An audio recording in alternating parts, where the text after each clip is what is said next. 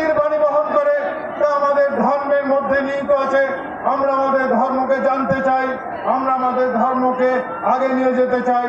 আর ভারতবর্ষের যে ভারতীয়তা, ভারতবর্ষের যে ন্যাশনালিজম, ভারতবর্ষের যে দেশপ্রেম, সেই দেশপ্রেম, সেই ন্যাশনালিজম, সেই ভারতীয়তা আমাদের বিজেপি দলের অন্যতম শ্রেষ্ঠ মনীষী श्री दीनदयाल उपाध्याय भारत माता की। सीधे सीधे प्रत्याशी को संबोधित करने के लिए बुला रहा हूं, क्योंकि आगे हमारे योगी आदित्यनाथ जी के कार्यक्रम में सीधे सीधे प्रत्याशी। बंधुगण, আমি আমার বক্তব্য রাখতে রাখতে আমাদের সভায় এসে উপস্থিত হয়েছেন उत्तर प्रदेशের ओजस्वी एवं यशस्वी मुख्यमंत्री श्री योगी आदित्यनाथ जी। আমি তাকে বর্ধমান পূর্বে এই লোকসভা কেন্দ্রে সাদর আমন্ত্রণ জানাচ্ছি। আপনারা আমার সঙ্গে বলুন, যোগীজি জিন্দাবাদ, যোগীজি জিন্দাবাদ, যোগীজি জিন্দাবাদ, বিজেপি बीजेपी, वंदे मातरम, वंदे मातरम, वंदे मातरम। बंधुगण, আমি আমার বক্তব্যে রামায়ণের পুরুষোত্তম রাম শ্রী রামচন্দ্রের কথা বলছিলাম। শ্রী রামচন্দ্র, রাম, সীতা, লক্ষ্মণ, শত্রুঘ্ন এবং ভরত আমাদের অস্থিমজ্জায়, রক্তের হৃদয়ে সিঞ্চিত হয়েছে। আমাদের নিদ্রায়, আমাদের জাগরণে শ্রীরাম বসে আছে। হিন্দু ধর্মের দুই মহান নায়ক, রামায়ণের শ্রীরামচন্দ্র এবং মহাভারতের শ্রীকৃষ্ণ আমাদের পরম শ্রদ্ধেয় এবং প্রাণের পুরুষ। আমরাই আজ থেকে 5000 বছর আগে আমাদের সেই অরণ্যের ঋষি এবং মুনিদের কণ্ঠে শুনেছিলাম সেই ওঙ্কার ধ্বনি, যে ওঙ্কার ধ্বনি চিরন্তন সত্য।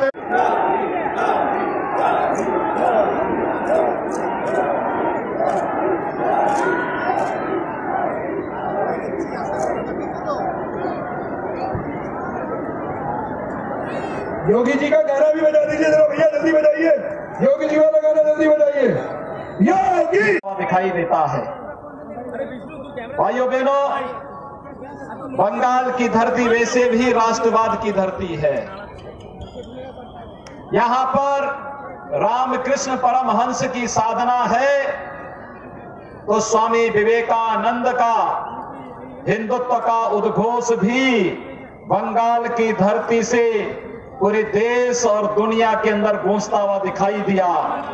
जब स्वामी विवेकानंद हम सबको इस बात का आह्वान करते हैं कि गर्व से कहो हम हिंदू हैं, तो मुझे लगता है कि उत्तर से दक्षिण, पूरब से पश्चिम, हर भारतवासी गौरव के साथ एक भारत श्रेष्ठ भारत की परिकल्पना को साकार करता हुआ दिखाई देता है। और आज वह एक स्वरूप मुझे इस वर्धमान की धरती में देखने को मिला है। भाइयों बहनों, वैसे भी नवद्वीप के धरती ज्ञान और अध्यात्म की धरती के रूप में दुनिया के अंदर विख्यात है। अनेक महापुरुषों को जन्म देने वाली, भारत की ज्ञान और अध्यात्म की परंपरा को आम जन तक पहुंचाने वाली ये धरती, मेरा सौभाग्य है कि आज मुझे आप सबके कारण यहां आने का अवसर प्राप्त हुआ है। मैं इस धरती को कोटि कोटि नमन करता हूं। भाइयों बहनों, है फिर एक बार मोदी सरकार और मोदी सरकार ने जो कार्य किए हैं, लोक कल्याणकारी कार्य हो, इंफ्रास्ट्रक्चर डेवलपमेंट के कार्य हो, या फिर भाइयों बहनों आपने देखा होगा भारत की आस्था को सम्मान देने का कार्य। बंगाल में अगर भारतीय जनता पार्टी की सरकार होती तो यहां के हर गरीब को मकान मिल गया होता। बंगाल में भारतीय जनता पार्टी की सरकार होती तो हर गरीब को इलेक्ट्रिसिटी का कनेक्शन मिल गया होता, हर गरीब के पास एलपीजी का कनेक्शन होता, हर गरीब को सुरक्षा की गारंटी होती, और पंचायत चुनाव में जो गुंडागर्दी टीएमसी के लोगों ने करके यहां के लोगों को चुनाव से वंचित किया था, भारतीय जनता पार्टी की सरकार होती तो ऐसा नहीं होता। हर एक व्यक्ति को चुनाव लड़ने का अधिकार है, लेकिन गुंडागर्दी और कानून के साथ खिलवाड़ करने का अधिकार किसी को नहीं हो सकता है। भाइयों बहनों, मैं देख रहा था यहां पर सत नमन करते हैं बंगाल की भूमि से बाबा जी को।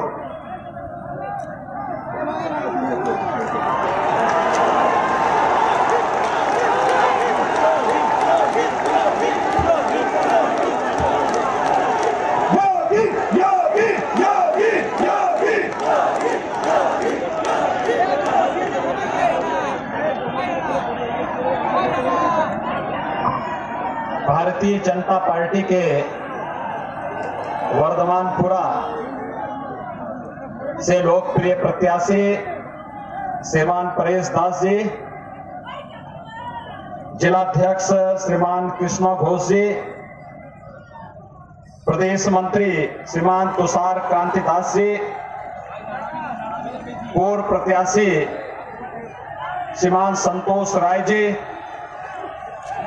राज्य मंत्री उत्तराखंड सरकार श्री राजेश कुमार जी, चौन प्रभारी श्री दिनेश सिंह जी, जिला प्रभारी संदीप बनर्जी जी, और इतनी भारी संख्या में वर्धमान में भारतीय जनता पार्टी के समर्थन में यहां पर उपस्थित मेरे वर्धमान के सभी उपस्थित भाइयों बहनों, मैं ज्ञान और अध्यात्म की धरती, धर्म और संस्कृति की बंगाल की इस धरती को, नवलद्वीप की इस धरती को कोटि कोटि नमन करते हुए आप सबका अभिनंदन करता हूं।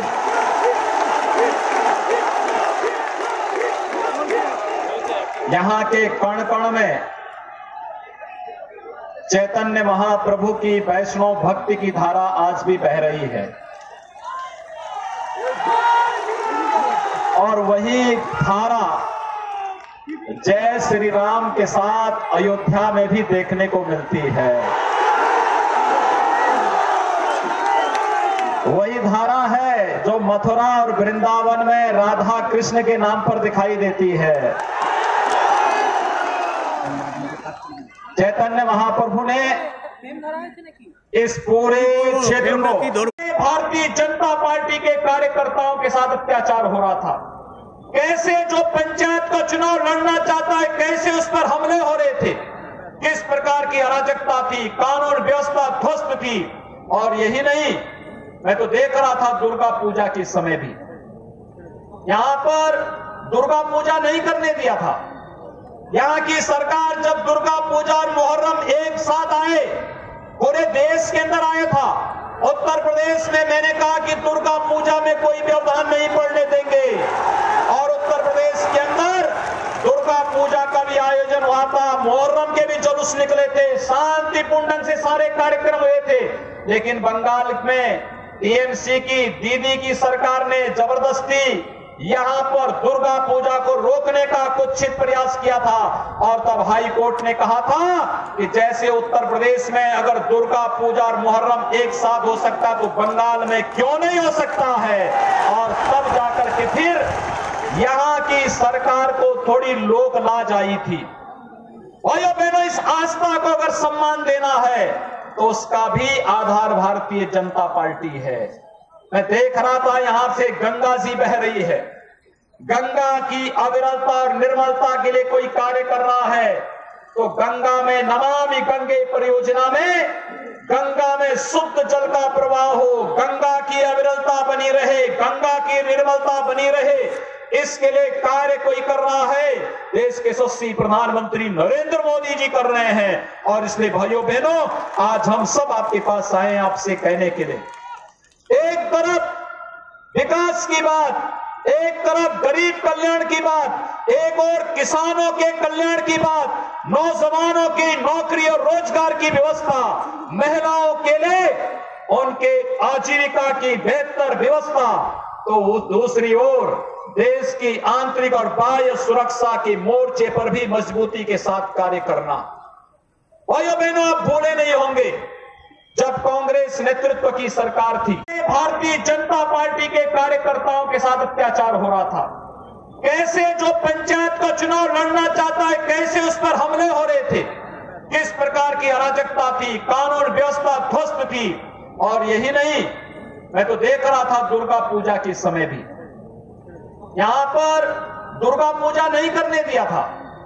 यहां की सरकार जब दुर्गा पूजा और मुहर्रम एक साथ आए, पूरे देश के अंदर आया था।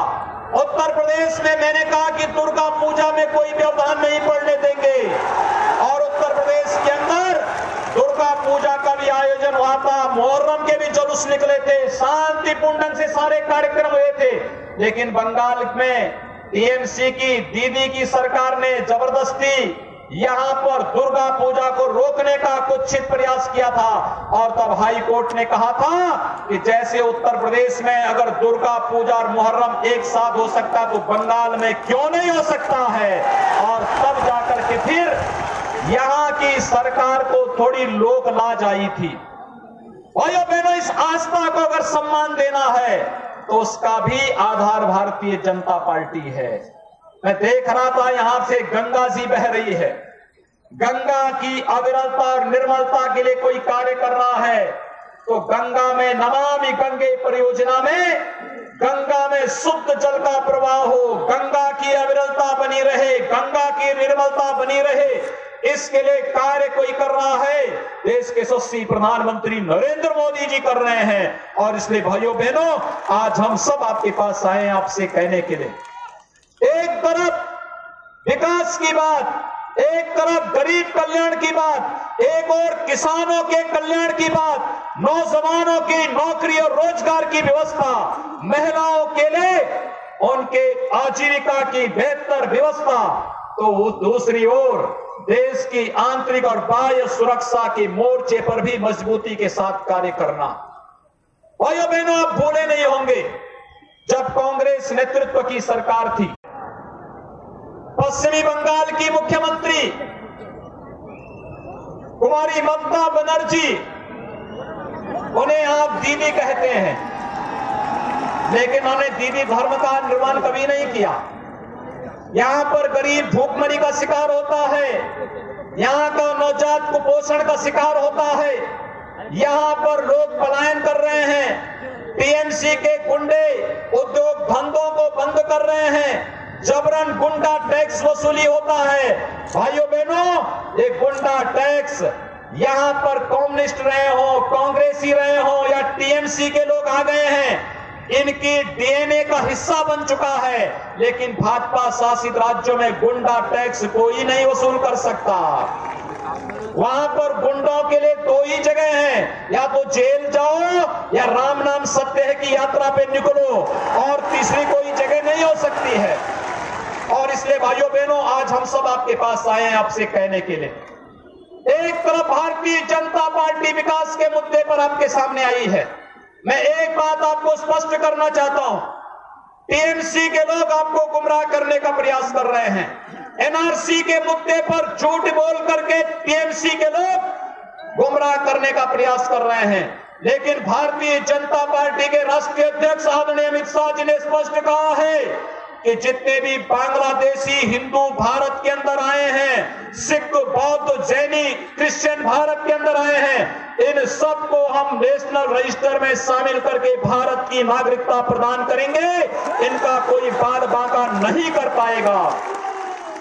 बाकी जो घुसपैठिए हैं, इनको वापस बांग्लादेश भेजने का कार्य किया जाएगा। आपकी सुरक्षा के साथ खिलवाड़ करने की छूट किसी को नहीं दी जाएगी।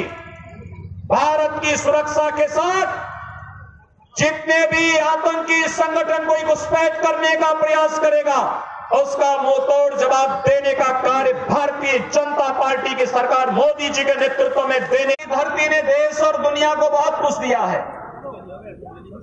गुरुदेव रविंद्रनाथ टैगोर का राष्ट्रगान जन गण मन के रूप में कौन ऐसा भारतीय होगा जो इस राष्ट्रगान के साथ अपने आप को जोड़ करके भारत की परंपरा के साथ में जुड़ता हो। आनंद मठ जैसा उपन्यास बंकिम चंद्र चटर्जी का, जिसने वंदे मातरम गीत इस देश को देकर के स्वाधीनता की लड़ाई को एक नई ऊंचाइयों तक पहुंचाया था, मैं इस धरती को इसीलिए कोटि कोटि नमन करता हूं। भाइयों बहनों, मैं इससे पहले यहां से मुर्शिदाबाद जिले में था। हम सब जानते हैं कि मुर्शिदाबाद जिला कांग्रेस के लोग मुर्शिदाबाद को बांग्लादेश को देना चाहते थे, लेकिन जनसंघ के संस्थापक अध्यक्ष डॉक्टर श्यामा प्रसाद मुखर्जी के पुरुषार्थ और संघर्ष की बदौलत, यहां के स्वतंत्रता संग्राम सेनानियों की बदौलत आज मुर्शिदाबाद भारत का हिस्सा है। और मुझे लगता है वही आश्वासन देने के लिए हम लोग आए हैं यहां पर। आज बंगाल की धरती से एक उद्घोष हुआ था देश की स्वाधीनता का। नेताजी सुभाष चंद्र बोस ने उद्घोष दिया था कि तुम मुझे खून दो, मैं तुम्हें आजादी दूंगा। और आज भारतीय जनता पार्टी नेताजी के इसी उद्घोष के साथ आपको जोड़ने के लिए आई है कि आप भारतीय जनता पार्टी को समर्थन दीजिए। भारतीय जनता पार्टी टीएमसी और कम्युनिस्ट और कांग्रेसियों की गुंडागर्दी और अराजकता से बंगाल को मुक्त करा करके बंगाल के विकास और समृद्धि में अपना योगदान देने के लिए आपके पास आई है। भाइयों बहनों, जिस बंगाल की धरती की सस्य श्यामला भूमि को दुनिया ने प्रणाम किया हो, इस देश का पहला नोबेल प्राइज पाने वाली बंगाल की धरती आज इन कांग्रेस, कम्युनिस्ट और टीएमसी जैसे दलों की लूट खसोट, अराजकता, भ्रष्टाचार और अलोकतांत्रिक सोच के कारण, इनकी गुंडागर्दी के कारण आज यहां पर गरीबी है, भूखमरी है, अराजकता है, बेरोजगारी है, किसान बेहाल है, नौजवान पलायन करने को मजबूर हुआ है और यहां पर सुरक्षा का भीषण संकट खड़ा हुआ है। इस भीषण संकट से उभारने के लिए ही आज प्रधानमंत्री मोदी जी ने एक नारा दिया है, सबका साथ सबका विकास का। भाइयों बहनों, जय श्री राम का उद्घोष ही सबका साथ, ये सबका साथ सबके विकास का मतलब यहां पर विकास सबका, लेकिन तुष्टीकरण किसी का नहीं, किसी का नहीं। आप याद करिए, कांग्रेस नेतृत्व की यूपीए की सरकार थी और doctor Manmohan Singh ji prime minister थे। तब उन्होंने कहा था देश के संसाधनों पर पहला अधिकार मुसलमानों का है। लेकिन जब प्रधानमंत्री मोदी जी बने तो मोदी जी ने उद्घोष किया, इस देश के संसाधनों पर, इस देश के गरीबों का, इस देश के दलितों का, इस देश के वंचितों का, इस देश के किसानों का, इस देश के नौजवानों का और इस देश की महिलाओं का अधिकार होना चाहिए। और इसके लिए उन्होंने कार्य प्रारंभ किए। 5 वर्ष में देश के अंदर जो कार्य हुए, आज उसका परिणाम है। मैं बंगाल में आता हूं, मैं असम में गया था, मैं त्रिपुरा में गया था, मैं उड़ीसा में गया था, मैं उत्तर प्रदेश, मध्य प्रदेश, छत्तीसगढ़, राजस्थान, मैं महाराष्ट्र, गुजरात, केरल, कर्नाटक, तमिलनाडु, आंध्र, तेलंगाना, उत्तराखंड, इन सभी राज्यों में गया और चारों ओर एक ही नारा है, चारों ओर एक ही आवाज आ रही है और वो आवाज है, फिर एक बार मोदी सरकार, फिर एक बार, फिर एक बार। और भाइयों बहनों, ये ठीक, ये जो आवाज है ये अचानक नहीं है। मोदी जी ने ऐसा कार्य किया। मोदी जी ने 5 वर्ष में 1.5 करोड़ गरीबों को आवास उपलब्ध कराया, 4 करोड़ गरीबों को इलेक्ट्रिसिटी के कनेक्शन उपलब्ध कराए, निःशुल्क कनेक्शन उपलब्ध करवाए, 7 करोड़ गरीब महिलाओं को प्रधानमंत्री उज्ज्वला योजना में एलपीजी का निःशुल्क कनेक्शन उपलब्ध करवाया, 9.5 करोड़ गरीबों को एक टॉयलेट उपलब्ध करवाया, 12.5 करोड़ लघु और सीमांत किसानों को 6,000 रुपए सालाना देने की व्यवस्था की। 15 करोड़ युवाओं को प्रधानमंत्री मुद्रा योजना में आर्थिक स्वावलंबन की ओर अग्रसर किया और 37 करोड़ गरीबों के बैंक में खाते खुलवा करके, अकाउंट खुलवा करके पैसे का लेन देन उनके अकाउंट के माध्यम से करना प्रारंभ कराया। तो 50 करोड़ गरीबों को प्रधानमंत्री मोदी जी ने आयुष्मान भारत में 5 लाख रुपए की स्वास्थ्य बीमा का कवर दे करके हर गरीब को बेहतर स्वास्थ्य सुविधा उपलब्ध कराने की जो गारंटी दी है, आज इसका परिणाम है पूरा देश फिर एक बार मोदी सरकार की ओर जा रहा है। देश के अंदर 270 जिले ऐसे थे जहां आतंकवाद था, नक्सलवाद था, अलगाववाद था। देश के अंदर उस समय इस देश के अंदर पाकिस्तान घुसपैठ करता था, भारत के सैनिकों का सिर काट करके लेके जाता था। चीन घुसपैठ करके भारत के सीमाओं में चीन लिख करके वापस बेखौफ चला जाता था, लेकिन सरकारें हाथ पर हाथ धरे बैठी रहती थी। आपने देखा होगा प्रधानमंत्री मोदी जी के बनने के बाद चीन ने भूटान के पास डोकलाम में घुसपैठ करने की कोशिश की। डोकलाम भारत का भूभाग नहीं, डोकलाम भूटान का हिस्सा है, लेकिन भारत और भूटान की आपसी ट्रीटी के कारण भारत की सेना सामरिक दृष्टि से महत्वपूर्ण डोकलाम क्षेत्र की सुरक्षा करती है, जिससे भारत की भी सुरक्षा होती है और भूटान की भी सुरक्षा होती है। चीन ने जब घुसपैठ करने का प्रयास किया, भारत के बहादुर जवानों ने रोका। आपस में झड़प हुई, 2 महीनों तक झड़प होती रही, पूरी दुनिया देखती रही कि अब क्या होगा। अंततः मोदी जी के नेतृत्व में भारतीय जनता पार्टी की दृढ़ इच्छा शक्ति के सामने चीन को झुकना पड़ा। भारत के बहादुर जवानों ने चीन को पीछे भागने के लिए मजबूर होना पड़ा। यह है भारत का शौर्य और भारत का पराक्रम। आपने देखा होगा पुलवामा में हमारे सीआरपीएफ के जवानों के साथ आतंकी घटना घटित होती है, हमारे जवान शहीद होते हैं। कांग्रेस, टीएमसी, कम्युनिस्टों के द्वारा जवानों की शहादत पर प्रश्न खड़ा किया जाता है, लेकिन भाइयों बहनों आपने देखा होगा एक दृढ़ इच्छा शक्ति की सरकार थी।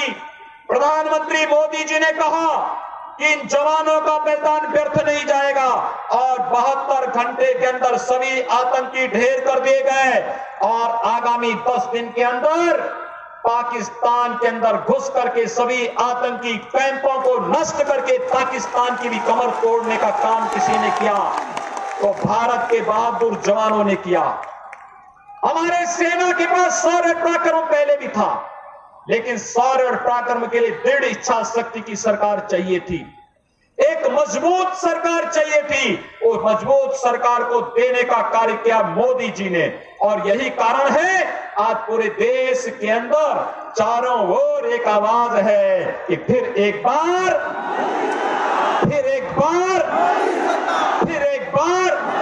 मोदी सरकार। ये मोदी सरकार के पीछे लोगों का भाव यही है। भाइयों बहनों, नेतृत्व की सरकार ने साबित भी किया है और यही अपील करने के लिए आज मैं आया हूं। एक तरफ श्री नरेंद्र मोदी जी के नेतृत्व में विकास, सुशासन और राष्ट्रवाद का मुद्दा है, जिस राष्ट्रवाद के लिए बंगाल जाना जाता है। एक और भारतीय जनता पार्टी इन मुद्दों को लेकर के आपके सामने है, और दूसरी तरफ टीएमसी, कांग्रेस, कम्युनिस्ट, ये सब एक ही थैले के चट्टे बट्टे हैं। इनके द्वारा विकास का इनका कोई एजेंडा नहीं, इनका स्वयं का एजेंडा है लूट खसोट और प्रदेश के संसाधनों पर डकैती डाल करके यहाँ के लोगों को बदहाल करना, किसानों को बदहाल करना। मुझे याद है कि जब प्रधानमंत्री किसान सम्मान निधि की घोषणा प्रधानमंत्री मोदी जी ने की, बंगाल की सरकार ने किसानों की सूची नहीं दी। भाइयों बहनों, उत्तर प्रदेश के 2 करोड़ 14 लाख किसानों को 2-2 किस्त का पैसा मिल गया है, लेकिन बंगाल की सरकार यहां के किसानों के पास लाभ नहीं पहुंचाना चाहती। आयुष्मान भारत में हर गरीब को 5 लाख रुपए की सहायता, बीमा, स्वास्थ्य बीमा का कवर भारतीय जनता पार्टी की सरकार दे रही है, लेकिन बंगाल के अंदर दीदी की सरकार इसको लागू नहीं करने देना चाहती है। ये गरीबों के साथ, बंगाल के लोगों के साथ अन्याय है, और इसलिए मैं बंगाल के सभी नागरिकों से जागरूक मतदाताओं का आह्वान करने के लिए आया हूं कि बंगाल भारत की राष्ट्रवाद की धरती है, बंगाल भारत की ज्ञान और संस्कृति की धरती है, भारत के राष्ट्रगान और राष्ट्रगीत देने वाली धरती है, और हिंदुत्व का पताका दुनिया के अंदर लहराने वाली धरती बंगाल की धरती है। इसलिए भाइयों बहनों, बंगाल की धरती पर भारतीय जनता पार्टी के विकास और राष्ट्रवाद के इस झंडे को मजबूती से गाड़ने के लिए आपने जो संकल्प शक्ति दिखाई है, मैं सचमुच आप सभी का हृदय से अभिनंदन करता हूं, आप सबका हृदय से मैं स्वागत करता हूं, और आप सबसे अपील करता हूं कि भारतीय जनता पार्टी ने श्री परेश दास को अपना प्रत्याशी लोकसभा का यहां पर कैंडिडेट यहां पर बनाया है। भाइयों बहनों, श्री परेश दास एक पढ़े लिखे, बहुत ही योग्य, जागरूक बुद्धिजीवी हैं। वे आपके हितों के लिए कार्य कर सकते हैं।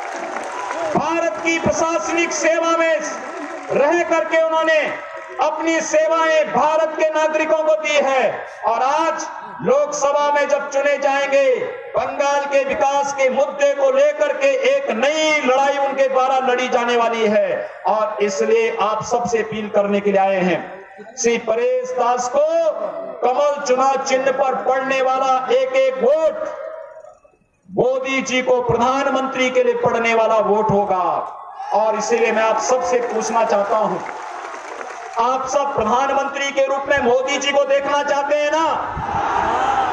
प्रधानमंत्री मोदी जी फिर से देश के प्रधानमंत्री बने। अगर आपकी संकल्प शक्ति है तो फिर कमल चुनाव चिन्ह पर परेश दास को भारी मतों से विजयी बना करके मेरे साथ आप बोलेंगे, भारत माता की, भारत माता की।